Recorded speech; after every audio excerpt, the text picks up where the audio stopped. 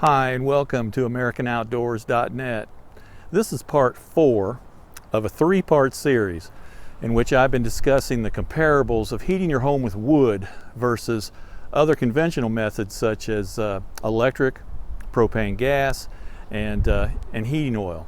But I've had several viewers that have requested that we also do comparables on wood pellet stoves. So I'm going to try and give you quite a bit of information in a relatively short amount of time.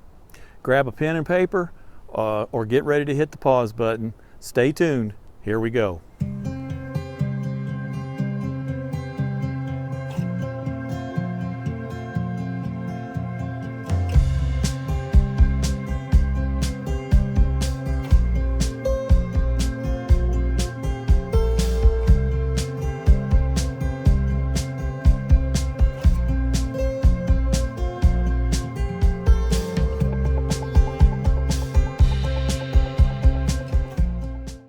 When comparing wood heat to electric, propane, or heating oil, there can be a great disparity in cost and efficiency. With a wood stove versus a pellet stove, it's more of a preferential thing, but it's still a hands-on operation with a pellet stove. You're still going to have to unload those 40-pound bags from your car or your truck, lug them into your garage, and then into your house. But with a pellet stove, you can feed it, you can set the thermostat, turn it on, and you're done.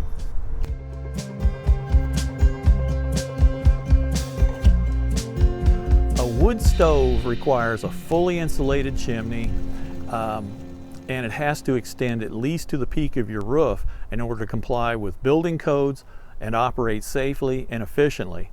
A pellet stove can operate on a direct vent system where it can go right through your wall outside, or it can utilize a less expensive, smaller chimney.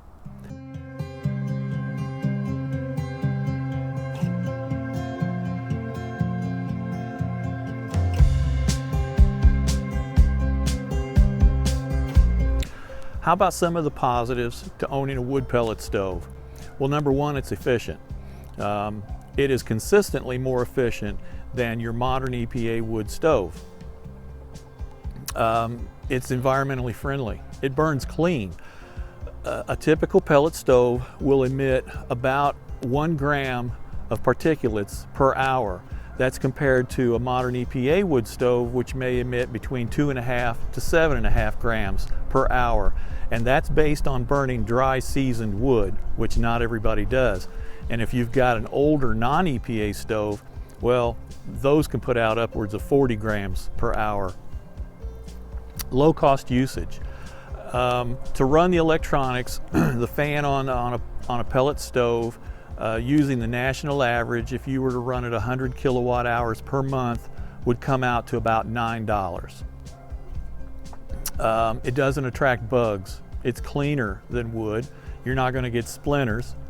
Installation costs are comparable to installing a wood stove and the hardware that goes with it, and it's safe.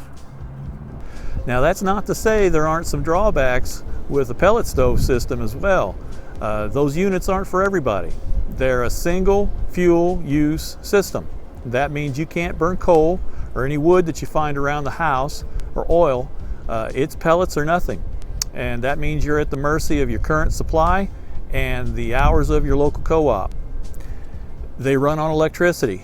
If you're off grid, you have to have a generator or some sort of a solar setup. And speaking about electronics, they fail. Circuit boards fail, control panels fail, switches, relays, etc. And they never fail when you want them to. But while it's a luxury, or it's a nice convenience to have all that stuff, when it goes out, your pellet stove no longer functions. What about some positives to a wood stove? Well, it's charming. I mean, the atmosphere it gives you in your home is unbeatable. It's a radiant heat, and that's about the best feeling heat that I've ever experienced. You control some of the cost. You control most of the cost when it comes to your fuel. Whether you're buying wood and having it delivered, And in my area, a cord of wood's about $250, and it's been like that for a long time. Or you go and cut your own wood and create your own fuel. Your price is only going to go down. It's a renewable source as well. I think as long as I'm on this earth, there's going to be plenty of trees, and I can't cut enough of them where I live. Some of the drawbacks to owning a wood-burning stove are work and convenience. You're not always going to want to get up at 4 a.m. in the middle of winter and light the stove so that your wife and kids can get up to a warm house. You're not going to want to have to come home every night in your nice clothes and hump out to the wood pile to haul wood back in and get that fire going again. That can get old. Supervision. Sometimes you just can't get a fire to go and you got to sit there and babysit it. It's dirty. You know, you're going to be cleaning your house up with wood chips and bugs and splinters and whatnot. It's just going to be in your house. And insurance. Trying to find a carrier that will write a policy for your property, knowing that you use a wood stove to heat your home full time. Some places that can be a challenge.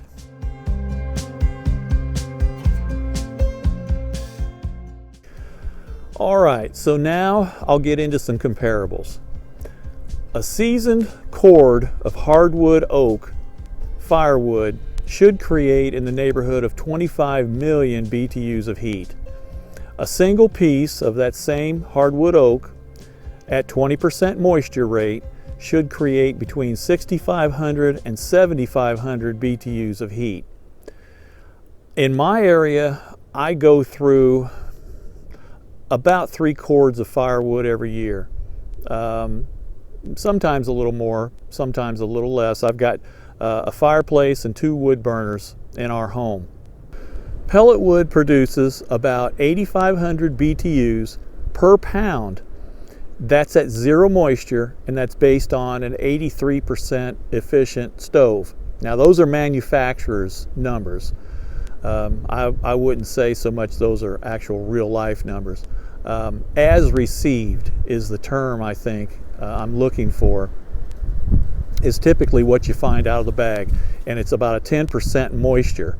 So you're going to get approximately 7,800 BTUs out of a pound. Now wood pellets come in a 40-pound bag, and in my area they're about $5 per bag. So you need 50 bags to make 2,000 pounds or a ton, and at $5 a bag, that's $250 per ton for pellet wood. Now, advertised 1 ton of pellets will create 13,600,000 BTUs. A ton of pellets, and I'm going to go with a 75% stove. That to me is just the average. New and used stoves out there, about 75% efficient would be the average. 10% moisture is going to produce 5,850 BTUs of heat, and that will total for a ton 11,700,000 BTUs. A typical 1,500 square foot ranch style home should use 1 40-pound bag of wood pellets a day. Now these are manufacturers' published numbers.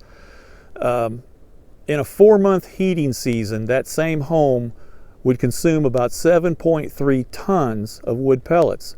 So at $250 a ton times 7.3 tons, that should equal $1,825. Now I'd mentioned earlier that I go through about 3 cords a winter, maybe 4 cords during a hard winter. So my costs are about $750 to $1,000. I'm in zone 7B, so I'm a little milder probably than the national average. And of course, those costs can vary if you're in the Yukon or Florida. Firewood, a cord, $250.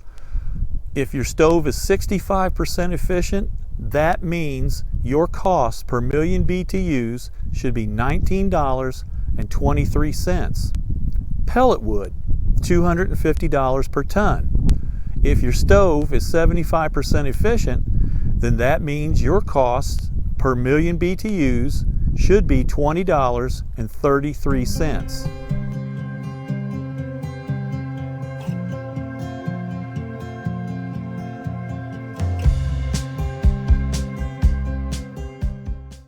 If you're new to our channel, I'm going to post the links to the preceding 3 videos so that if you're interested in comparables between electric, propane, oil, and wood heat, they'll be there for you to enjoy. You can hit the subscribe button and you can see all of our new videos as they come out every week. Thanks for watching, folks.